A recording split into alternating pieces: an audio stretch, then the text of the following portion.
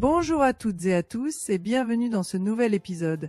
Je suis Kate, spécialiste des neurosciences appliquées à la pédagogie et passionnée par la transmission. Dans ces podcasts, je vous emmène à la découverte du cerveau, de l'apprentissage, des troubles 10 et de tout ce qui peut nous aider à mieux comprendre comment nous, enfants, ados ou adultes, apprenons et évoluons. Que vous soyez formateur, enseignant, parent ou simplement curieux, ces épisodes sont là pour vous donner des clés concrètes, fondées scientifiquement et accessibles à tous. Une clé à la fois, construisons des apprentissages durables.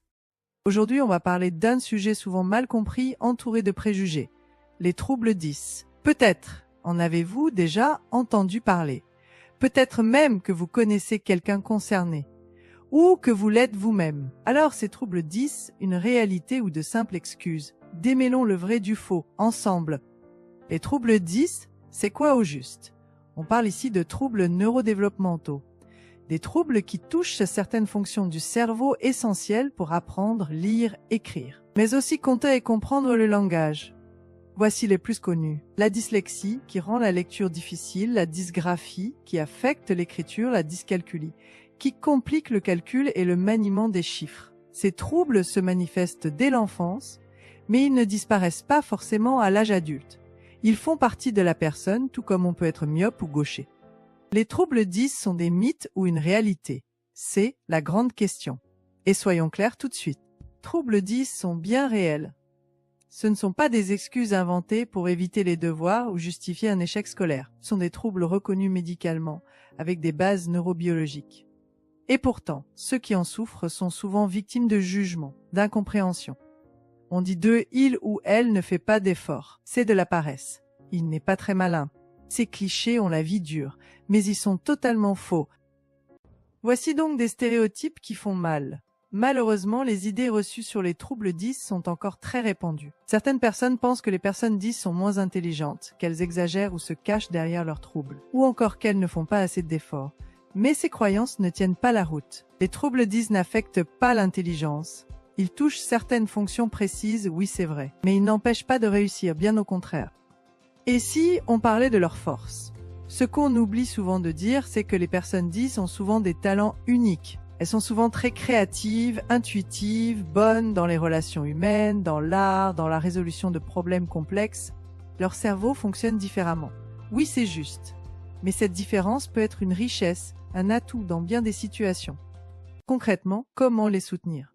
Alors, que peut-on faire, chacun à notre niveau, pour mieux accompagner les personnes concernées par un trouble 10? Voici 3 pistes simples mais puissantes. Premièrement, il est nécessaire d'éduquer, d'informer, de sensibiliser. Il est urgent de mieux faire connaître ces troubles, dans les écoles, au travail, dans la société.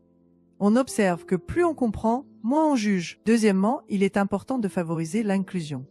Les personnes 10 ne cherchent pas un passe-3. Elles veulent juste avoir les mêmes chances que les autres. Des aménagements, oui, c'est nécessaire, mais pour compenser un réel décalage, pas pour avantager.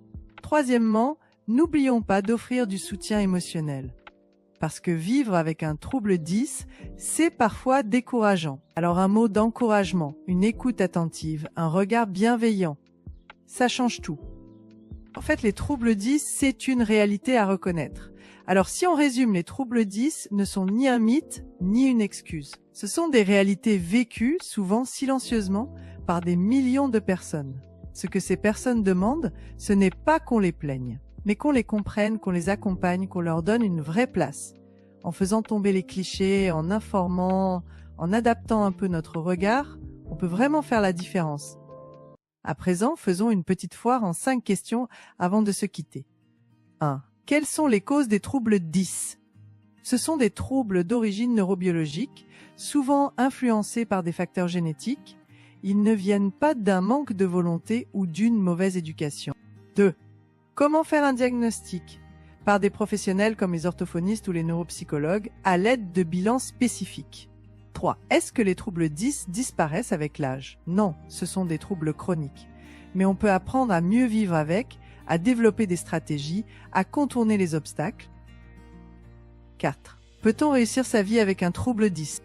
Bien sûr, de nombreuses personnes 10 sont des artistes, des entrepreneurs, des scientifiques, des enseignants. Elles réussissent, parfois différemment mais brillamment. 5. Où trouver de l'aide?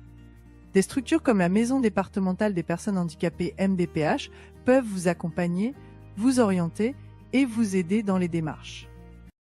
Voilà, c'est tout pour aujourd'hui. Si cet épisode vous a aidé à mieux comprendre les troubles 10, n'hésitez pas à le partager autour de vous. Et surtout, rappelez-vous, la différence n'est pas un défaut. C'est souvent là que naissent les plus belles forces. Merci d'avoir écouté cet épisode. On se retrouve chaque mercredi pour explorer ensemble un nouveau sujet autour des troubles 10 et bien plus encore. Si ce podcast vous a plu, pensez à vous abonner, à le partager autour de vous et à laisser un petit mot ou un pouce. C'est le meilleur moyen de soutenir ce projet et de le faire grandir. Et si vous avez des questions, des idées de thèmes ou juste envie d'échanger, je suis toujours ravie de vous lire. Chaque semaine, une clé de compréhension en plus. À très bientôt pour un nouvel épisode et d'ici là, prenez soin de vos apprentissages.